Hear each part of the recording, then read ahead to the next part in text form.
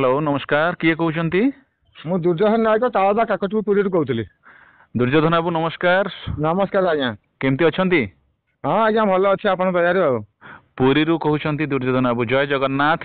जय जगन्नाथ। जगन्नाथ कृपार सब एमती भलरे था। तेरे हेलो श्रोता बंधुर गोटे निरा कार्यक्रम निरा प्रयास चली आस बुलीजा रेडियो मेला।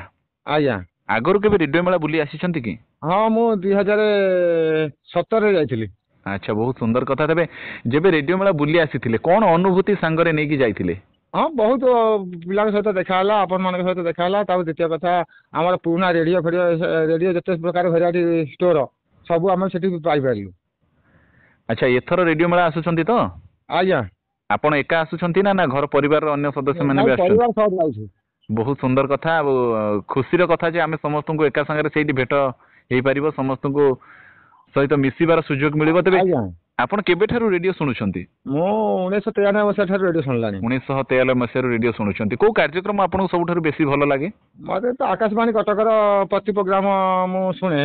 आज्ञा प्रति प्रोग्राम की मु सबदाल पई अभियोग चिठी लिखे। अच्छा समालोचना चिठी लिखे प्रशंसा चिठी मो जीवन में लिखिनी आज जाए। अच्छा ताले सब बेले आउ किमिति सुधारी हेई परिबो कि कार्यक्रम आपण प्रचार करछन ताको हमें सुधारिया पई यदि लिखिबा सेटा मो पक्षे भलो ना ता सहित भी दुर्योधन आउ गोटे कथा जानिया पई चाहिबी। आपण गोटे कथा कहले जे आपण प्रशंसा विषय केबे लेखि नांती। आमे जदि प्रशंसा सहित आमे ता सहित निजर अभियोग रखिबा तबे ता आउरी सुंदर हेई परिबो बोली मु कहबी। सुंदर हेई परिबो किंतु प्रशंसा रे से माने कोन करिवे ना प्रशंसा रे नाटा पड़ी देबे। अच्छा तेबे आपनकर प्रयास को मु स्वागत जणाउछि। एभली गोटे सुंदर चिंताधारा रखिचंती किभली आउरी अधिक सुंदर हेई परिबो तेनु करी आपण मनर कथा को आपण चिठी माध्यम रे लेखंती। तेबे चिठी पत्र कार्यक्रम को नै अनेक अनुभूति थिबो रेडियो को नै अनेक अनुभूति थिबो। तेबे आपनकर सबठार मिठा स्मृति अनुभूति भितरे कोन एम्ति गोटे स्मृति अछि जहा आपण आम श्रोता बंधु मानक सुनिया पई चाहिबे? 2001 मसिया रे आमे कोणार्क रे गोटे श्रोता सम्मेलन करथिलु। आज्ञा सेठी हाराहारी 1500 पिला होइतिले श्रोता।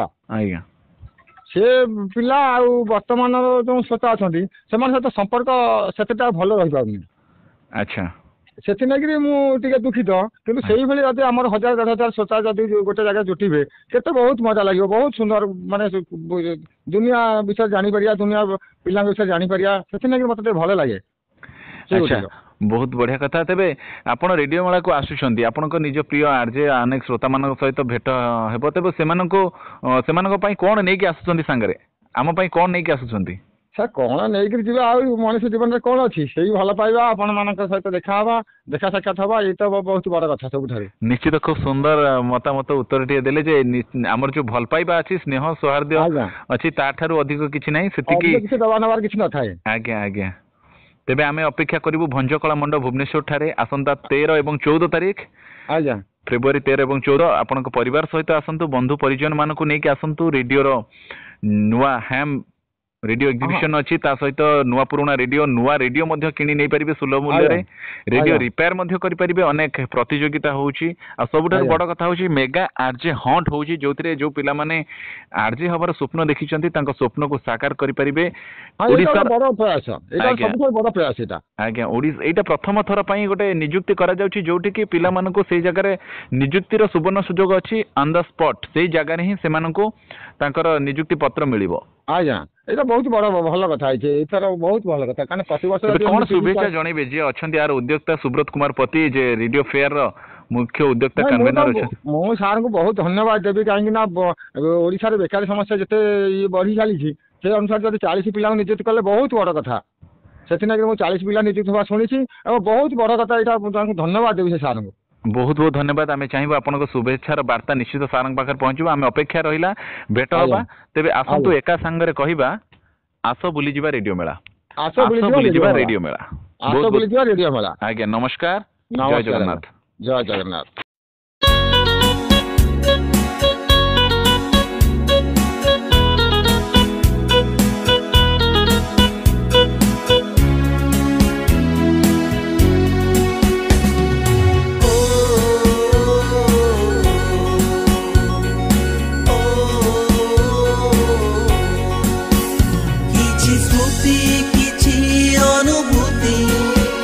रेडियो संगे प्रेम प्रीति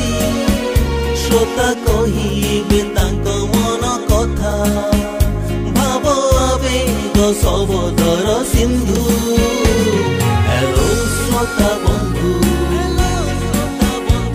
হ্যালো শ্রোতা বন্ধু